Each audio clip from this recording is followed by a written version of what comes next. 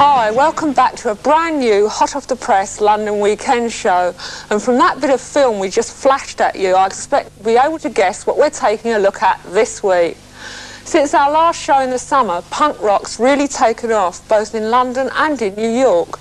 And although anyone thinks punk is that great a name for it, it seems to have stuck. Punk magazine comes out in New York, and Sniffing Glue is the punk paper here, despite its ill-advised title. So it has its own magazines, its own bands, its own devoted fans, and of course its own style of dress. Even the conventional music papers like Melody Maker and NME have written columns about the latest cult, and it's just popping up in the national press. But what's punk all about? We went to a gig by the Sex Pistols just off Leicester Square to see what a punk rock evening was like. We're so pretty, I'm so pretty. We're so pretty, I'm so pretty. We're so pretty, I'm so pretty.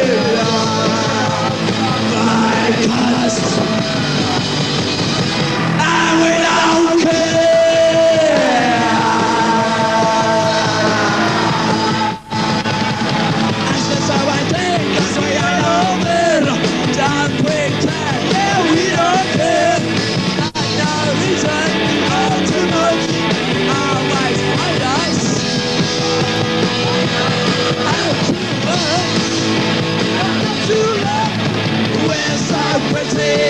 So pretty.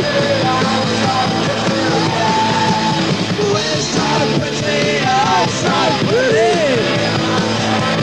By cunts, we're so pretty, oh so pretty.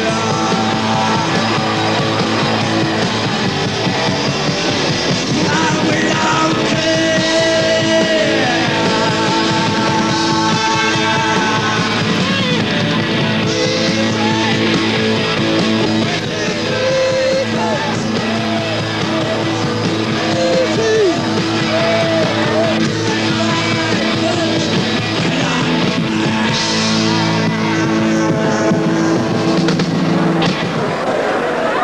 Well, the first thing you notice is that punk rock fans look as devastating as their music sounds. Torn clothes are held together with safety pins. There's lots of black leather and bizarre hair, and the whole idea is to shock outsiders. Saying we're not going to take this anymore, we're not going to take this shit people are dishing out. In that sense it's violent, but it isn't hurting people, it isn't really hurting people. It's just some of the bloody fools that come along and see it, you know, and react against it. Listen, I went to see a Led Zeppelin film last week. I don't, you know, Peter Grant could beat me up, but I fell asleep 4 rows from the front. You don't yawn, you don't have to pay £5, and you're not one of 10,000 people. What's your dress made from? You know, you feel one of the crowd. What do you do? What do I do? Typing. You're not a mouse, you know, like Mike Oldfield fans, you know? It's a different ball game now. It's all over that. It's all over. Well, people have got worked up over plenty of musicians, from Elvis Presley wiggling his pelvis in the 50s to the Rolling Stones 10 years later. So what have the Sex Pistols got that provokes the same reaction? You would have thought that people couldn't be upset by much in 1976. Let's take a look at the path of pop music over the last 15 years and try to discover why punk rock has found so many fans. It's the Beatles! In the days of the beach boom in the early 60s, there was a feeling of great involvement with a new sort of music. These Beatle fans, filmed in the Liverpool Cavern Club when the group was still unknown, really were close to their idols. It didn't take much equipment to start your own band, or much in the way of skill. The idols of the day were reasonably easy to see in a small club and at a price which their fans could afford. At the time, many middle-aged people found bands like the Stones, the Pretty Things and so on ugly and threatening. This helped the fans identify even more strongly with their music. And some groups like The Who came from the same background and were singing about the same world their audience lived in and understood.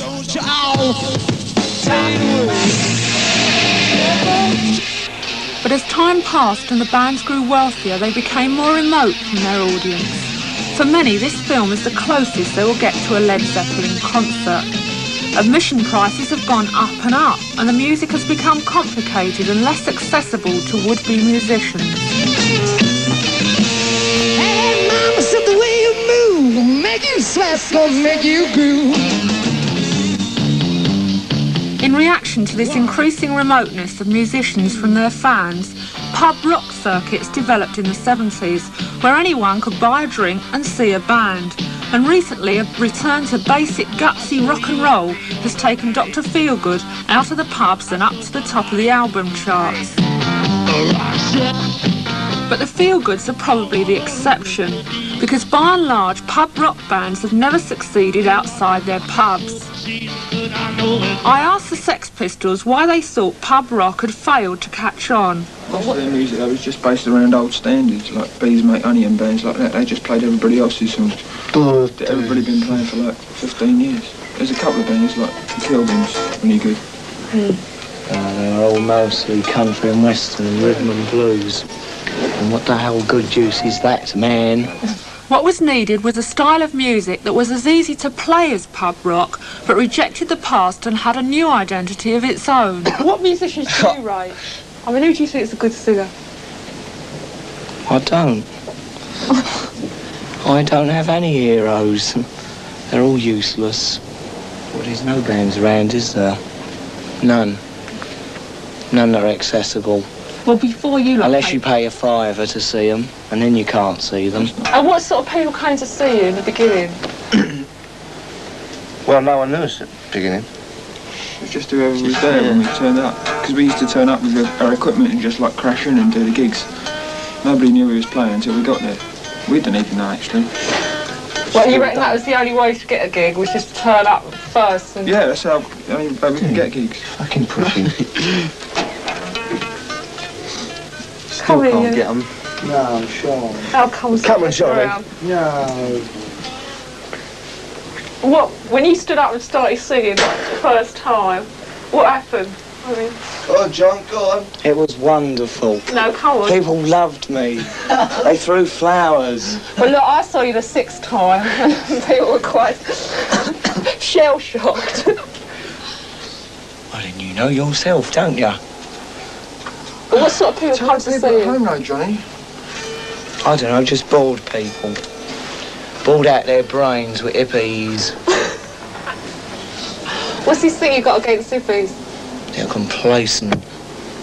You're just attacking Top of the Pops and the sort of bands that are on there. What, do you think they're relevant to the kids 16, 17? Of course they're not. Relevant to their mums and dads, but that's about all. What about bands like Rod Stewart?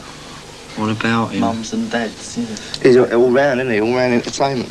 He's an old Things really started to move for the Sex Pistols when they were spotted by promoter Ron Watts, who gave them a booking at the 100 Club in Oxford Street.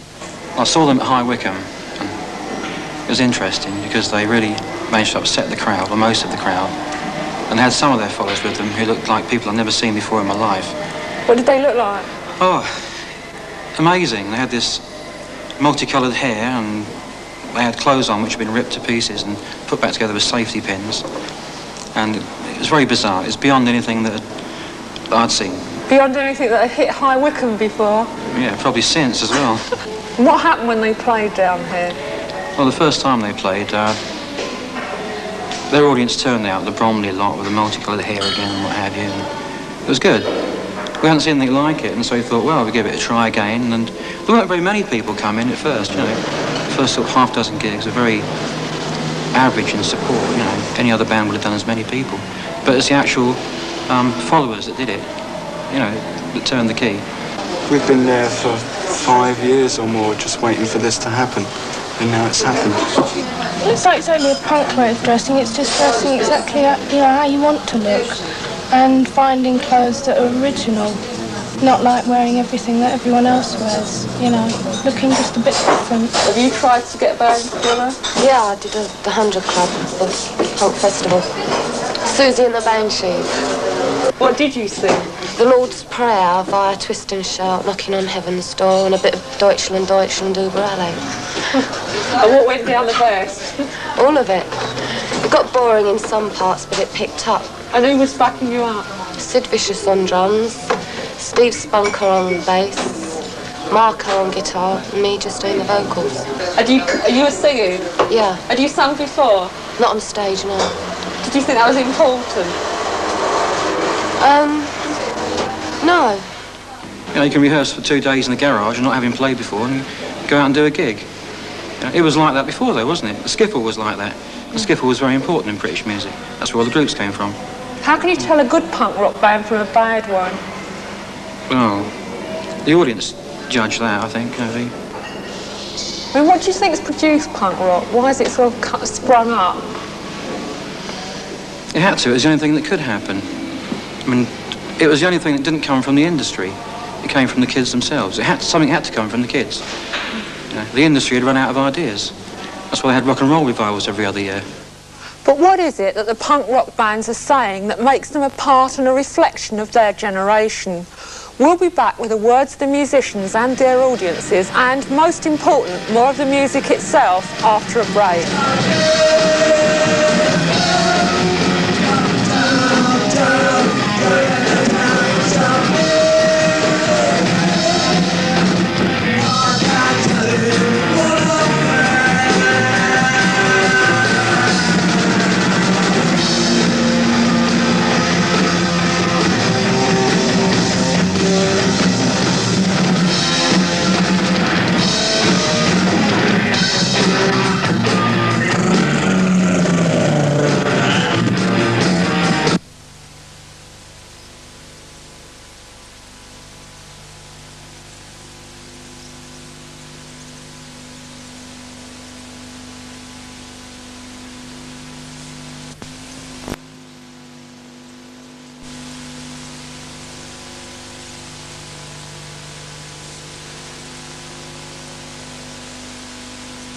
The London Weekend Show, 2278 221176, Part 2, Take 1.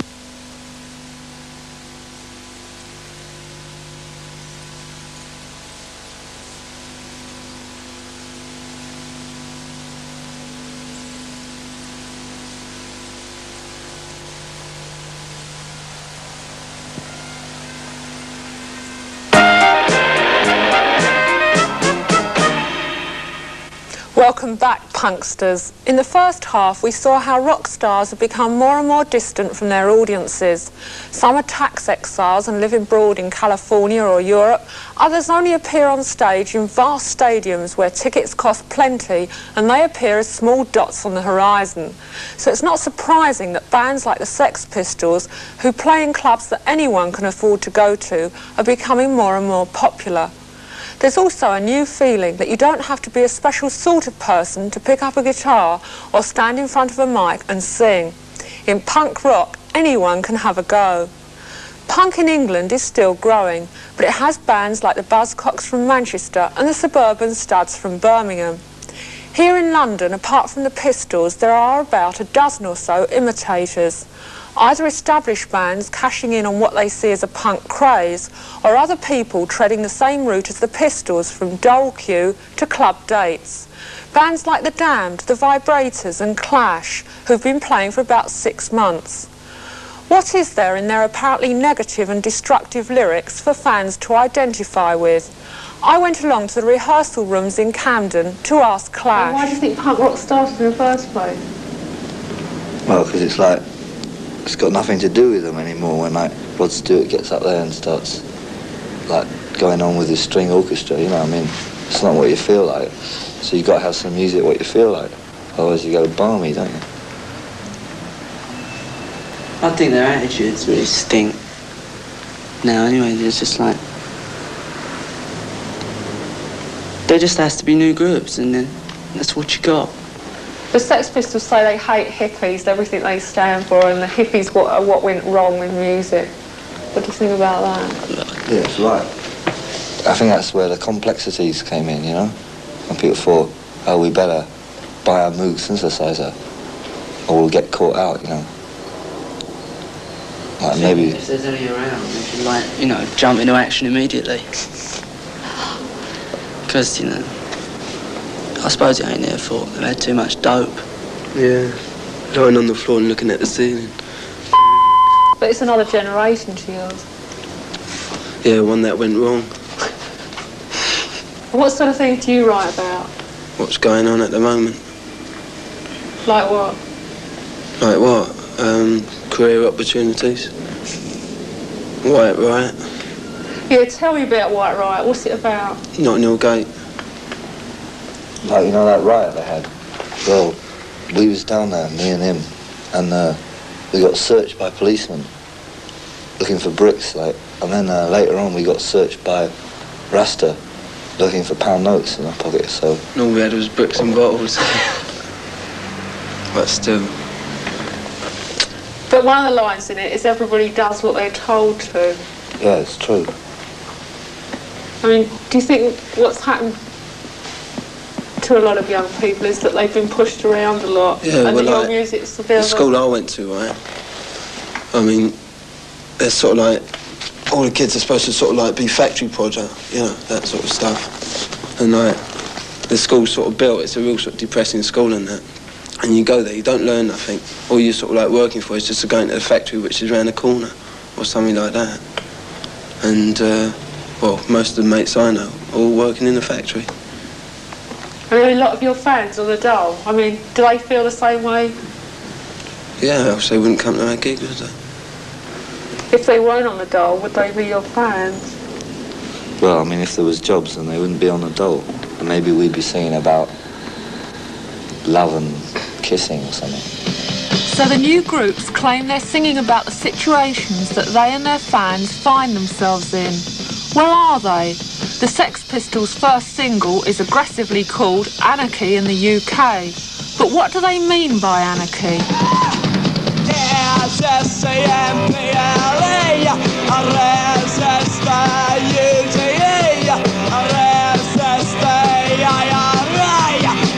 I thought it was a UK or just another country. Another council couldn't see.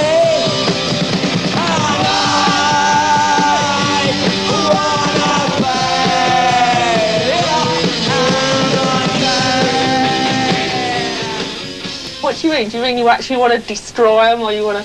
Wipe them out. He wants their autograph. Complacent, apathetic old walk up and down and do nothing and complain about everything.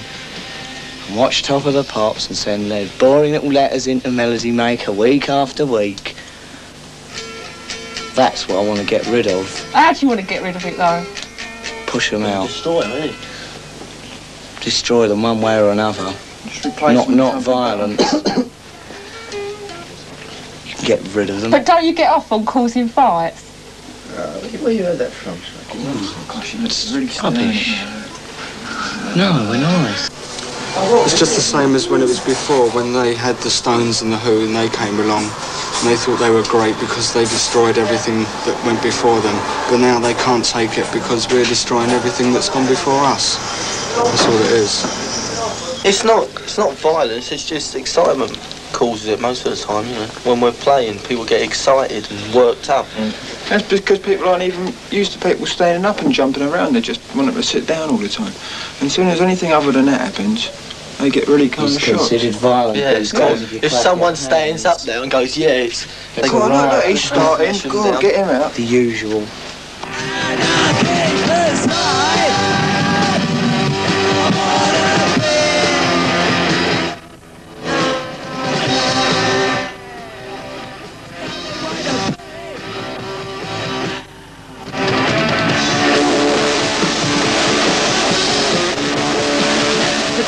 Violence at punk rock gigs may have been exaggerated, but they were undoubtedly based on fact. And they've led to a situation where some fans expect and even demand trouble. Ron Watts, who first introduced punk rock to London, now supports a ban on it. I asked him if he wasn't going to lose out by banning such a booming fashion. Yeah, that's true. But the club has a long-standing reputation, and there is a lunatic fringe that follows them that, you know, that are liable to be violent, and we can't have those people.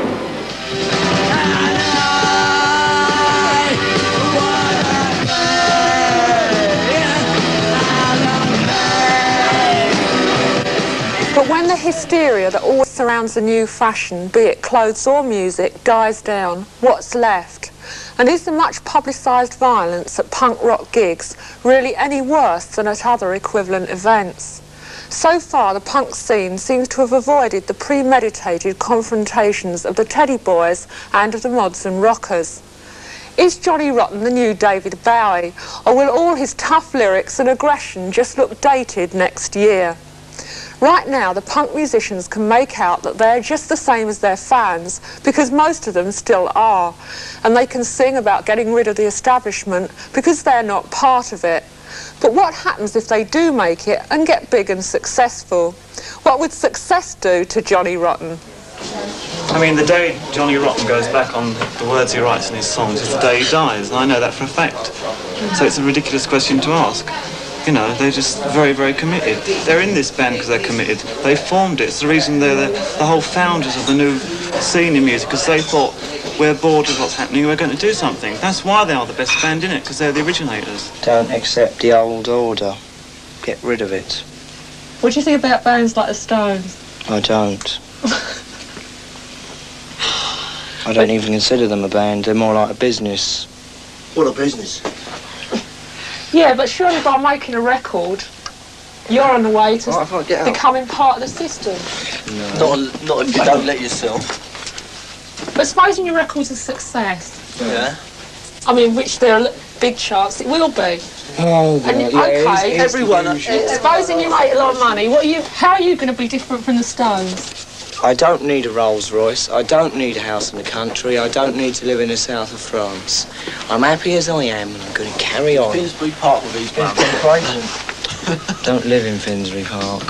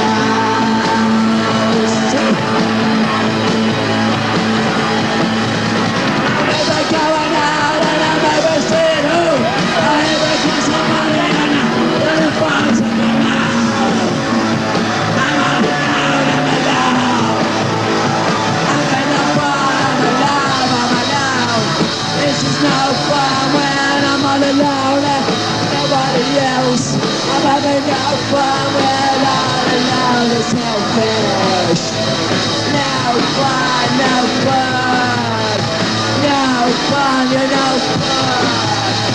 Oh, Tim, you're no fun. No fun, no fun. No fun, it's not funny. I'm out by myself. No fun, nobody else.